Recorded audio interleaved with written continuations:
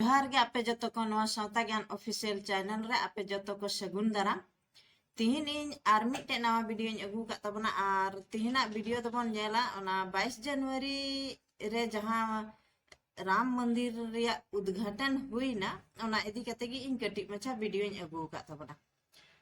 तो नोंडे आबोरेन हड़ को बन नेल दाड़े एकवा ओंडे राम मंदिर रे को सेन कान तबना और राम मंदिर उद्घाटन रे ओंडे आबोरेन हड़ को शामिल कना आदो आखिर चिदा को शामिल कना ची खातिर तो को शामिल कना नुकु दो आको आकोते हिंदू को लेखा कना से तिर ठन को एने सिरिंग दा आखिर चिदा चिका आबो अनवा समाज रेन हड़गी से आबो अनवा समाज रेन गी मेना को जे नोंगा एने दाड़िया को सिरिंग दाड़िया को से तुमदा टमाक को रू दाड़िया चिका नोंका गी मेनागा चिका हिंदू रेन दो एने सिरिंग को दो बनु को जे आबोरेन हड़ ओंडे को एने सिरिंग दा रस्कई दा ओना हो बोन नेल को ओंडे दो आखिर आबो बोन बड़ाया बेस लेकातगी जे आबो दो राम बाबोन पूजवाय तहना नोआ दो आबो सेदाय जुग खन बोन बड़ाय अगुआ और बन जतो हड़ बन बड़ाया मेनते राम दो हड़ साथे बड़ी कमी का नोआ खातिर तगी आबो उनी बाबोन मनावे तहना मेन खान नोआ राम जहां नोआ राम मंदिर उद्घाटन रे दो आबोरेन हड़ को दो नोआ को कथा हिड़िंग कते ओंडे आकोवा एने सिरिंग देखाव लगी ते ओंडे को सेन कान ताबना और मार को एने जुंगा कना रस्का जुंगा कना मेनखान आबो नोंडे बुझो जरूर जबकि आबो राम बाबोन मनाया तबे खान राम मंदिर चला रनांग ची दरकार जहां तिना बोन बड़ाया उनको को होहो कावा कोआ आको ते तो उनको ओंडे बाको सेन कना और ओंडे राम मंदिर उद्घाटन रे एने सिरिंग लगी ते नुकु को इदी का को और आको लेकाते दो इनी मेनदा बांको सेन गोते कना मेनखान उनको बुझो दरकार मेनते आले मा तो राम बाले मनावया तो राम मंदिर रे दो आले एने सिरिंग लगी चिदा ले चला और राम मंदिर उद्घाटन रे आले रस्को दो ची मेनांगा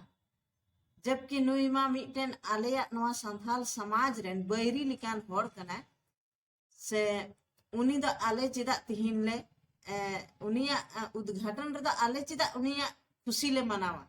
लेकिन ओना बांग हुई कते ओंडे बोन नेल दाड़िया कान गया मेनते आबोरेन हड़ ओंडे एने सिरिंग लगी तको चलाव कना और ओना हो पे बड़ाय दाड़िया गया मेनते आबो दो जहाया हिंदू मंदिर रे बोन चला तो चिका आबो ओंडे को पूजा चोबना ओंडे आबो को मूर्ति ठन को जहाना प्रसाद वगैरह को चढ़ा चोबना बांग उनका होगी बांग दाड़िया और तो फिर भी आबो हड़ इन मूर्खु मिना बना जे बाबन सोचाव दाड़िया जे आबोआ धर्म समाज हिड़िंग कते हिंदू को धर्म समाज रे शामिल बोन मेनदा और बोन शामिल कना बोन मेन खान आबो बोन बड़ाया जे आबोआ संथाल समाज रिया जहां धर्म कना जमा समाज रिया रीति रिवाज कना ओना लेका दो आबो बोन नेल दाड़े खान ओकाटा समाज रे हो बनुआ मेन खान आबोरेन हड़ निना बाबोन बुझो दाड़ेया कना से बाको बुझो तबो नामी बार को नोंका को कमीरा अपने आप हिंदू को लेखा और हिंदू सेनांग कथा की को से और हिंदू मंदिर रे चला लगी हमको चेष्टा तबना और ओंडे राम मंदिर उद्घाटन रे उनका की हुई गोते एकना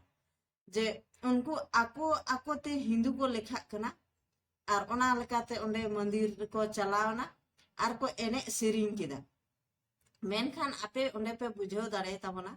ची उनको ओंडे दो आबो ची लेका उनको आकोआ समाज रेन हिंदुआ समाज रेन ची लेका आकोआ ओंडे मंदिर रे को पूजा पाठ दाड़िया कना उनका ची आबोरेन हड़ ओंडे को पूजा पाठ चो को मेनखा इना मूर्खु दो बांग दरकार कना चिदा जे आबो माबन बड़ाय गया mente abogi noa दिसम रेन से भारत दिसम रेन सनाम खन लहारेन मनवी कनाबन और तो फिर भी आबो दो उनको माबन मी लेकाते बन मेन खान उनको दो आबोरेन मिटेन कटी गया को आबो खन को कटी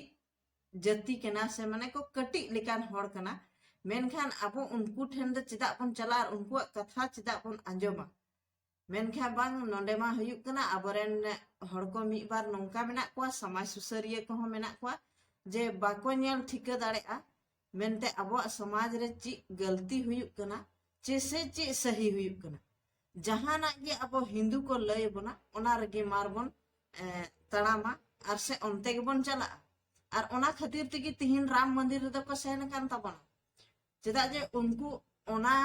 जहां जगह रे को सेन कान ताबना तो आपे पे बुझाव दाड़े कना चिका ओंडे तो मंझी परगाना बनु कुआ चिका ओंडे तो समाज सुसरिया बनु कुआ उनको लय को दरकार जे अब तो राम मंदिर तो बाबन चला से राम मंदिर उद्घाटन रे आपे तो नवा प्रोग्राम रे भाग दो आलपे हतावा मेनखान उनको तो ची उन्ना घड़ी को जपी इकाते ना जे उनको बाको मेन दाड़ेया को तो सनाम बन बुझाव दाड़ेया खाय दो अबोआ गी सनाम लेकाते भूल हुयुक कना और नोते दबन मेना आबोरेन हड़ जुमिदोग पे आबोरेन हड़ बन जुमिदोआ और आबोआ समाज बन लहाया नौका छीन छतुर रोआ बन आबोआ समाज रेन हड़ गी धर्म रे एने रे सिरिंग रे जहां से गी को इदी बना बार पैसा तेगी बन ललची गोदोआ और आबोआ धर्म समाज रेनांग रीति रिवाज हिड़िंग कते उनको सेन गे बन ताड़ाम इदिया और उनको गे बन गणो कोआ और उनको अब साथे चिक को चिकाया आपे पे बुझाव दाड़े कान गया अब साथे उनको तो तीसरी बेस ते द बाको व्यवहारा उनको तो उल्टा अब चेतन रे ढेला को चलावा मेनखा ओना बांग को बुझावे तबोना नित हो अब बन मेन दाड़ेया अब समाज रेन हड़ को नौका नितो हेना को गिताबना जे हिंदू गी को सपोर्ट कोआ अब संथाल समाज रेनांग जाति धर्म दो बांग सपोर्ट कते उनको हिंदू धर्म गी को सपोर्ट और ओना तेगी उनकान जगह रे को चला कान तबोना और ओंडे को आकोआ जहाटा कना जैसे अब समाज रे जहाटा रीति रिवाज कना ओना ओंडे को उदु उको कना मेनखान नवा दा अब वा समाज लगी तो बड़ी गया मेनखान इन द इन बन मेनदा चिदा से इनके आबोरे नवा समाज सुसरिया मेना को मंझी परगाना मोने को मेना को गया उनको मत नवा को नेले कान गया फिर भी चिदा ना बाको मेन दाड़िया कना मेनते बोले नोडे नवा राम मंदिर उद्घाटन रे जहां आबोरेन हड़ को एने सिरिंग लगी को चलावना उनको खातिर ते विरोध लगी ते चिदा बाको लहा कान तबना आखिर ची कारण मेनागा आबोरेन पूर्वज को सेदाय जैसे नवा बांग बडाय खातिर तेगी हिंदू धर्म रे को मिलवलेन